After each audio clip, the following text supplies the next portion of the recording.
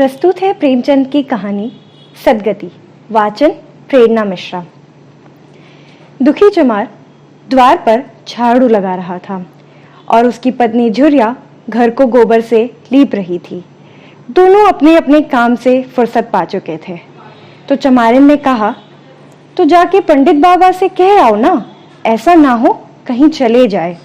दुखी, हाँ जाता हूँ, लेकिन यह तो सोच बैठेंगी किस चीज पर। झुरिया, कहीं से खटिया ना मिल जाएगी, ठकुराने से मांग लाना। दुखी, तू तो कभी कभी ऐसी बात कह देती है कि देह जल जाती है। ठकुराने वाले मुझे खटिया देंगे? आग तक तो घर से निकलती नहीं, खटिया देंगे? क्या थाने में जाकर एक लोटा पानी मांगू तो ना मिले? भला खटिया कौन देगा? हमारे उपले, सैंठे, भूसा, लकड़ी थोड़े ही है कि जो चाहे उठा ले जाए। ले अपनी खटोली धोकर रख दे, गर्मी के तो दिन है, उनके आते आते सूख जाएगी। झुरिया, वे हमारी खटोली पर बैठेंगे? नहीं, देखते नहीं कितने नेम धर्म से रहते हैं। दुखी ने जरा चिंतित होकर कहा, हाँ यह बात तो है, महुए के पत्ते तोड़कर एक पत्तल बना लो तो ठीक हो जाए। पत्तल में बड़े बड़े आदमी खाते हैं, वे पवित्र है। ला तो डंडे, पत्ते तोड़ लो। झुरिया, पत्तल मैं बना लूंगी, तुम जाओ, लेकिन हाँ उन्हें सीधा भी तो देना होगा, अपनी थाली में रख दूं। दुखी, कहीं ऐसा गजब ना करना, नहीं तो सीधा भी जाए और थाली भी टूटे। बाबा थाली उठाकर पटक देंगे, उनको बड़ी जल्दी विरोध चढ़ आता है। क्रोध में पंडिताइन तक को छोड़ते नहीं। लड़के को ऐसा पीटा कि आज तक टूटा हाथ लिए फिरता है। पत्तल में सीधा भी देना, हाँ मुदा तो छूना मत।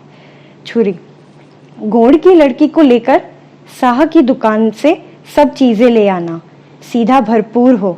सेर भर आटा, आधा सेर चावल, पाव भर दाल, आधा पाव घी, नून, हल्दी और पत्तल में एक किनारे 4 आने पैसे रख देना। गोंड की लड़की ना माने तो भुर्जिन के हाथ पैर जोड़कर ले जाना। तू कुछ मत छूना, नहीं गजब हो जाएगा।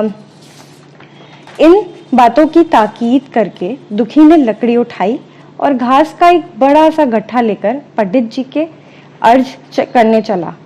खाली हाथ बाबा जी की सेवा में कैसे जाता, नजराने के लिए उसके पास घास के सिवाय और क्या था। उसे खाली देखकर तो बाबा दूर ही से दुत्कारते। पंडित घासीराम ईश्वर के परम भक्त थे। नींद खुलते ही ईशोपासन में लग जाते, मुंह हाथ धोते। 8 बजते तब असली पूजा शुरू होती, जिसका पहला भाग भंग की तैयारी थी। उसके बाद आधे घंटे तक चंदन रगड़ते, फिर आईने के सामने एक तिनके से माथे पर तिलक लगाते। चंदन की 2 रेखाओं के बीच में लाल रोरी की बिंदी होती थी। फिर छाती पर, बाहों पर चंदन की गोल गोल मुद्रिकाएं बनाते। फिर ठाकुर जी की मूर्ति निकालकर उसे नहलाते, चंदन लगाते, फूल चढ़ाते, आरती करते, घंटी बजाते। 10 बजते बजते वे पूजन से उठते और भंग छानकर बाहर आते। तब तक 2-4 जजमान द्वार पर आ जाते। ईशोपासन का तत्काल फल मिल जाता। वही उनकी खेती थी। आज वह पूजन गृह से निकले तो देखा दुखी चमार खास का एक गट्ठा लिए बैठा है। दुखी उन्हें देखते ही उठ खड़ा हुआ और उन्हें साष्टांग दंडवत करके हाथ बांधकर खड़ा हो गया। यह तेजस्वी मूर्ति देखकर उसका हृदय श्रद्धा से परिपूर्ण हो गया।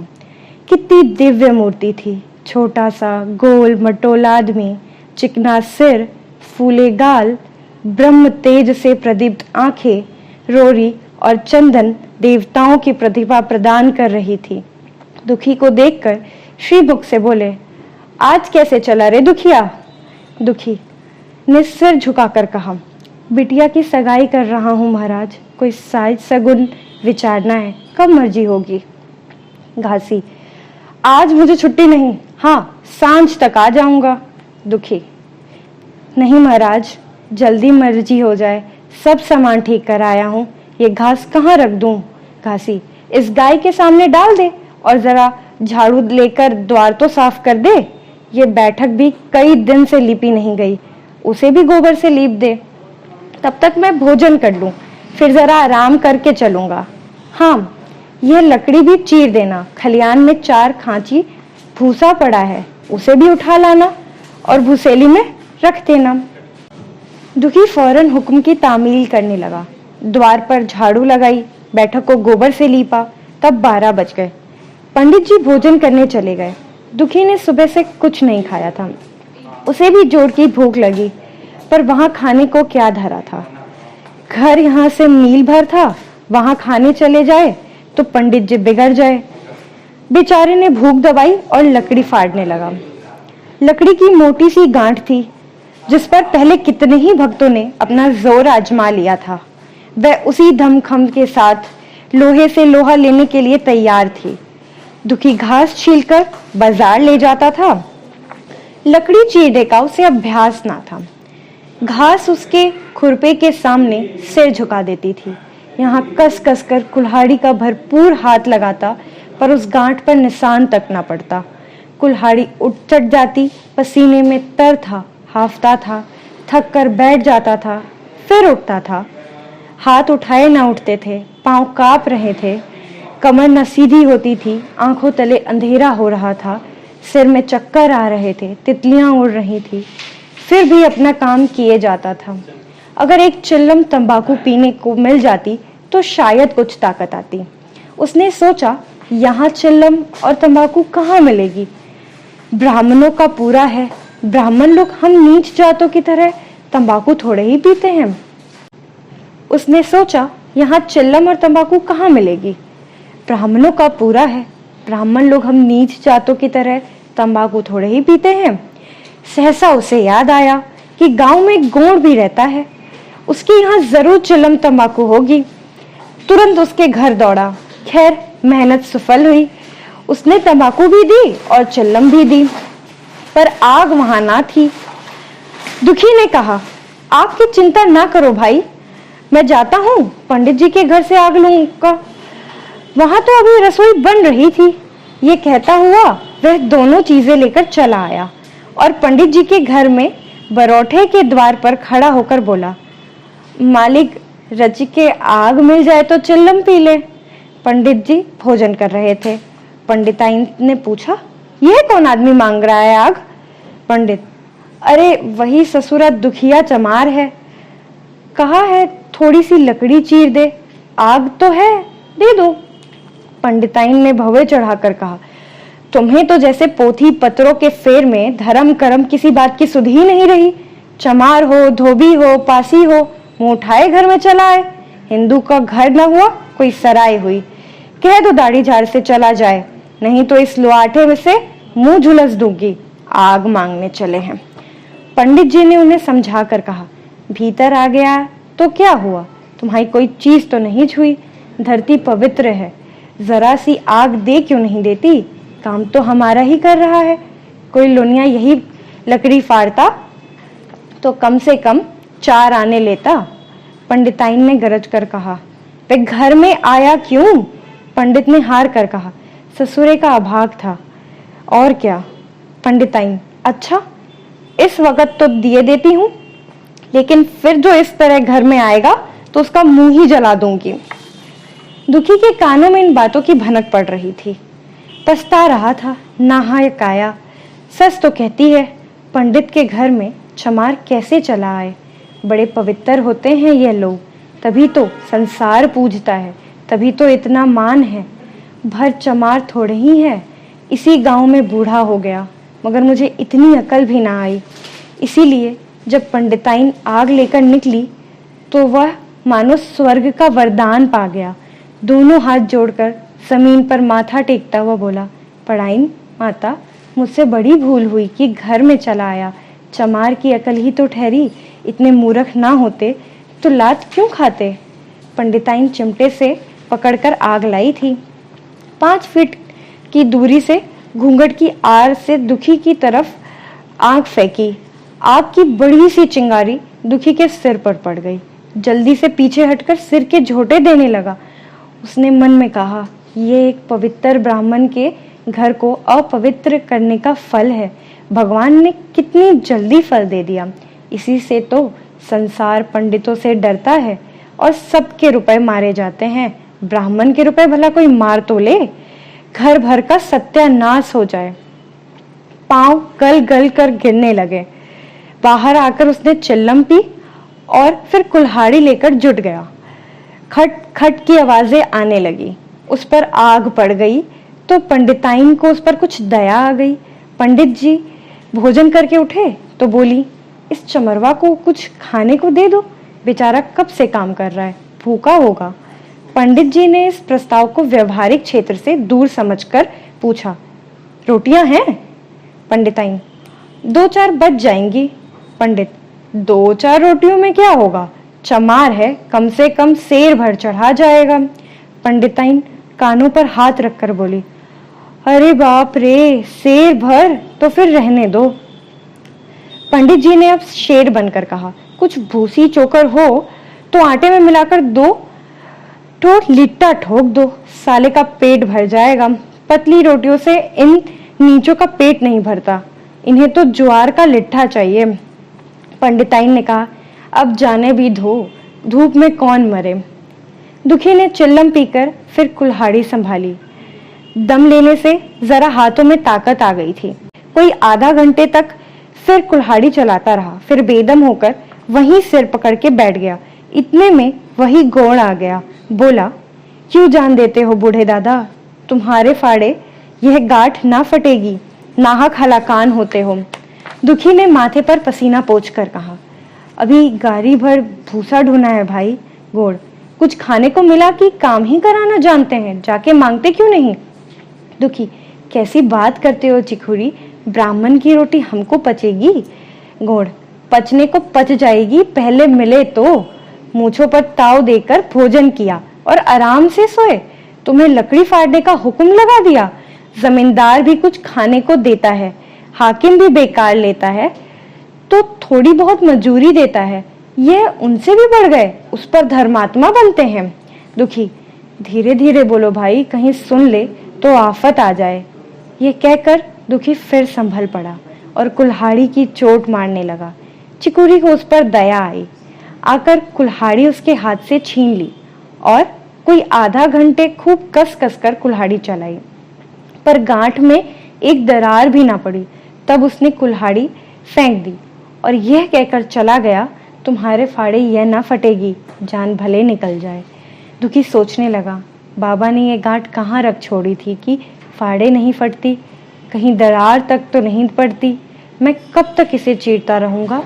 अभी घर पर 100 काम पड़े हैं, कार परोजन का घर है, एक ना एक चीज घटी ही रहती है, पर इन्हें इसकी क्या चिंता। चलूं, जब तक भूसा ही उठा लाऊं, कह दूंगा, बाबा आज तो लकड़ी नहीं फटी, कल आकर फाड़ दूंगा। उसने झौवा उठाया और भूसा ढोने लगा। खलियान यहाँ से 2 फरलांग से कम ना था। अगर झौवा खूब भर भर कर लाता तो काम जल्द खत्म हो जाता, पर फिर झौवे को उठाता कौन। अकेले भरा हुआ झौवा उससे ना उठ सकता था, इसलिए थोड़ा थोड़ा लाता था। 4 बजे कहीं भूसा खत्म हुआ। पंडित जी की नींद भी खुली, मुंह हाथ धोया, पान खाया और बाहर निकले। देखा तो दुखी झौवा सिर पर रखे सो रहा है। जोर से बोले, अरे दुखिया, तू सो रहा है? लकड़ी तो अभी ज्यों की त्यों पड़ी हुई है, इतनी देर तू करता क्या रहा? मुट्ठी भर भूसा ढोने में संझा कर दी, उस पर सो रहा है। उठा ले कुल्हाड़ी और लकड़ी फाड़ डाल। तुझसे जरा सी लकड़ी नहीं फटती, फिर साइंत भी वैसे ही निकलेगी।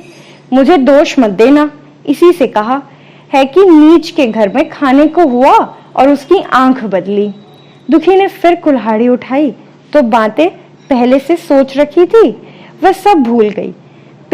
पीठ में धसा जाता था। आज सवेरे जलपान तक न किया था, अवकाश ही न मिला।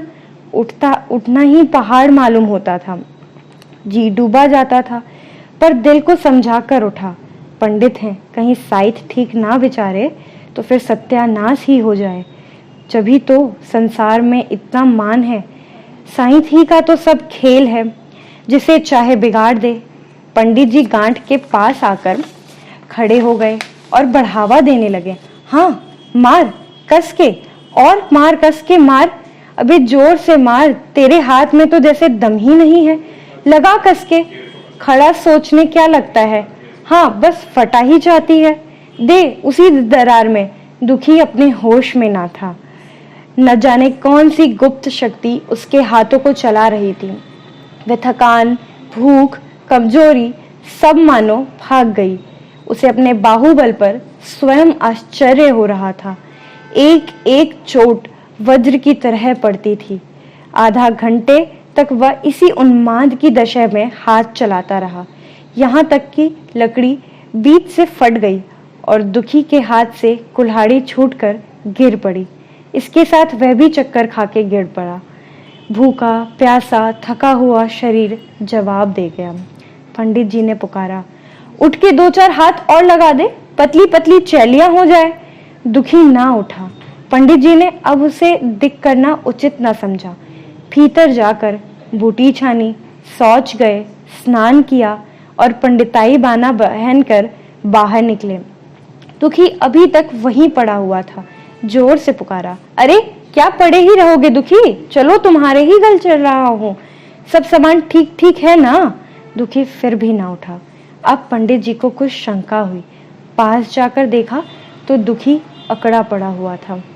बदहवास होकर भागे और पंडिताइन से बोले, दुखिया दुखिया तो जैसे मर गया। पंडिताइन हबका कर बोली, वह तो अभी लकड़ी चीर रहा था ना। पंडित, हाँ लकड़ी चीरते चीरते मर गया, अब क्या होगा। पंडिताइन ने शांत होकर कहा, होगा क्या, चमरौनों में कहला भेजो, मुर्दा उठा ले जाए। एक क्षण में गांव भर में खबर हो गई। पूरे ब्राह्मणों की बस्ती में केवल एक घर गौड़ का था। लोगों ने इधर का रास्ता छोड़ दिया। कुएं का रास्ता उधर ही से था। पानी कैसे भरा जाए, चमार की लाश के पास से होकर पानी भरने कौन जाए। एक बुढ़िया ने पंडित जी से कहा, आप मुर्दों फेंकवाते क्यों नहीं, कोई गांव में पानी पिएगा या नहीं। इधर गौड़ में चमरौनों में जाकर सबसे ये कह दिया, मुर्दा उठाने मत जाना, अभी पुलिस की तहकीकात होगी। दिल लगी है कि एक गरीब की जान ले ली। पंडित जी होंगे तो अपने घर के होंगे, लाश उठाओगे तो तुम भी पकड़े जाओगे। इसके बाद ही पंडित जी पहुंचे, पर चमरौनों का कोई आदमी लाश उठाने लाने को तैयार ना हुआ। हाँ, दुखी की स्त्री और कन्या दोनों हाय हाय करती वहां चली और पंडित जी के द्वार पर आकर सिर पीट पीट कर रोने लगी। उनके साथ 10-5 और चमारिनें थीं। कोई रोती थी, कोई समझाती थी, पर चमार एक भी ना था। पंडित जी ने चमारों को बहुत धमकाया, समझाया, मिन्नत की, पर चमारों के दिल पर पुलिस का रौब छाया हुआ था। एक भी ना मिनका। आखिर निराश होकर लौट आए। आधी रात तक रोना पीटना जारी रहा। देवताओं का सोना मुश्किल हो गया, पर लाश उठाने कोई चमार ना आया।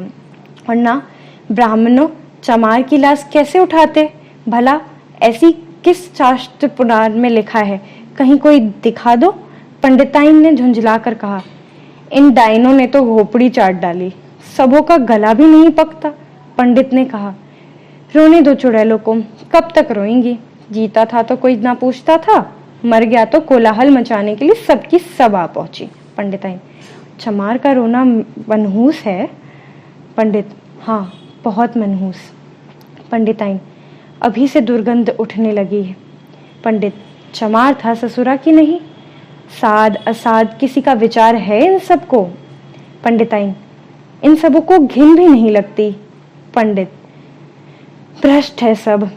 रात तो किसी तरह कटी, मगर सवेरे भी कोई चमार ना आया। चमारिनें भी रो पीट कर चली गईं। दुर्गंध कुछ कुछ फैलने लगी।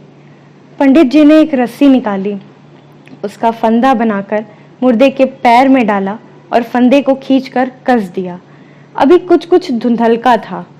पंडित जी ने रस्सी पकड़कर रास को घसीटना शुरू किया और गांव के बाहर घसीट ले गए। वहां से आकर तुरंत स्नान किया, दुर्गा पाठ पढ़ा और घर में गंगाजल छिड़का। उधर दुखी की लाश को खेत में गीदड़ और गिद्ध कुत्ते और कौवे नोच रहे थे। यही जीवन पर्यंत की भक्ति, सेवा और निष्ठा का पुरस्कार था। धन्यवाद।